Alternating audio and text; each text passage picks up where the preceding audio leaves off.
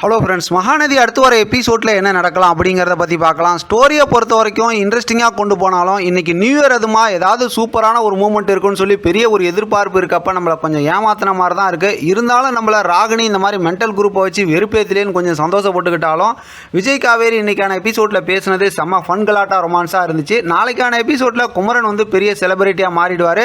இந்த ரியாலிட்டி ஷோவில் வந்து அவர் ஃபஸ்ட்டாக வின் பண்ணவும் நிறைய வாய்ப்பு இருக்குது. அவர் தான் வின் பண்ணுவாருங்கிறது நமக்கு ஏற்கனவே தெரிஞ்சது தான். நாளைக்கு சர்ப்ரைஸ் மேலே சர்ப்ரைஸ் கொடுத்து குமரனை ரொம்ப சந்தோஷப்படுத்துவாங்க எல்லாரும். அந்த இடத்துக்கு பார்த்தோம்னா நிவின் யமுனாவும் வந்திருக்கிறது இன்னுமே பார்க்கறதுக்கு ரொம்ப சந்தோஷமாகவும் ரொம்ப எமோஷனல் மூமெண்ட்டாகவும் இருந்துச்சு. இப்போ நாளைக்கான எபிசோடில் பார்த்தோம் அப்படின்னா வெண்ணிலாவை வச்சு வேறு ஏதாவது வெறுப்பேற்றுறதுக்கு கூட வாய்ப்பு இருக்குங்க. வெண்ணிலாவுக்கு ஃபிக்ஸ் வந்துருச்சு அப்படி இப்படின்னு சொல்லிட்டு ஏதாவது ராகினி ஃபோன் பண்ண போகிறாங்க. அதனால் இவங்க இங்கே இந்த மாதிரி ஒரு சந்தோஷமான மூமெண்ட்லேருந்து பதறி அடிச்சுட்டு வீட்டுக்கு போகிற மாதிரி அந்த மாதிரி ஒரு சுச்சுவேஷன் கிரியேட் பண்ணுவாங்க. இன்னொரு பக்கத்து பார்த்தோம் அப்படின்னாக்கா இப்போ விஜய் வந்து காவேரிக்கு அந்த சொத்துலாம் எழுதி வைக்க அந்த டாக்குமெண்ட்ஸ் எல்லாம் ரெடி பண்ணார் இல்லையா, அதில் வக்கீல் வந்து இன்னொரு இதில் சைன் வாங்கணும் அப்படிங்கிற மாதிரி சொல்லியிருக்கிறாரு. அது சைன் வாங்கும்போது வெண்ணிலா வழக்கம் போல் காவேரி வந்து ஏதாவது பேசுவாங்க. அதை வந்து குறும்புத்தனமாக வந்து நம்ம விஜய் ரசிச்சுக்கிட்டு இருப்பார்.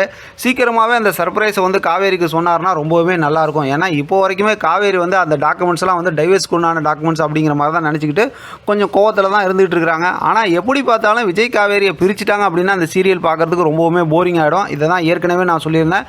இது வந்து எல்லாத்துக்கும் தெரிஞ்ச ஒரு விஷயம் தான். ஆப்வியஸ்லி பார்த்தோம்னா இப்போ நம்ம விஜய் காவேரிக்காக தான் இந்த சீரியலே பார்க்குற மாதிரி இருக்குது. அவங்களோட பேரை வந்து கஷ்டப்படுத்தி பார்க்குறதே நமக்கு பார்க்கறதுக்கு ரொம்ப போரிங்காக இருக்குது. கடந்த ஒரு 2-3 வாரமாக எல்லாரும் நல்லா இல்லை, போர் அடிக்குது, ஏன் இப்படி பண்ணுறாங்க அப்படின்னு எல்லா கொஸ்டின் பண்ணுறதுக்கு ஒரே ரீசன் என்னென்னா நம்ம Vijay Kaveri Tom and Jerry சண்டை போட்டுக்கிட்டாலும் ஒன்றா சந்தோஷமாக இருக்கணும். அவங்கள பிரித்து வச்சுட்டாவே ஸ்டோரி வந்து இன்ட்ரெஸ்ட்லாம் போயிடுது.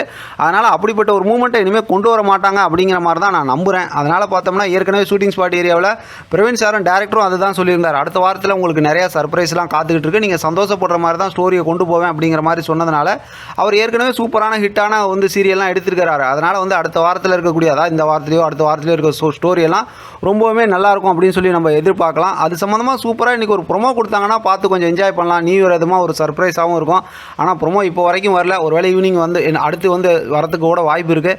இந்த ப்ரொமோக்கு அப்புறம் வந்து அடுத்த ஸ்டோரி எப்படி மூவ் பண்ணுறாங்க அப்படிங்கிற நமக்கு தெளிவாகவும் புரிஞ்சிடும். பார்க்கலாம் என்ன நடக்குதுன்னு. இதை பற்றி உங்களோட கருத்து கமெண்ட் பாக்ஸில் தெரியப்படுத்துங்க. தொடர்ந்து ஆதரவு கொடுங்க. தேங்க்யூ ஃபார் வாட்சிங்.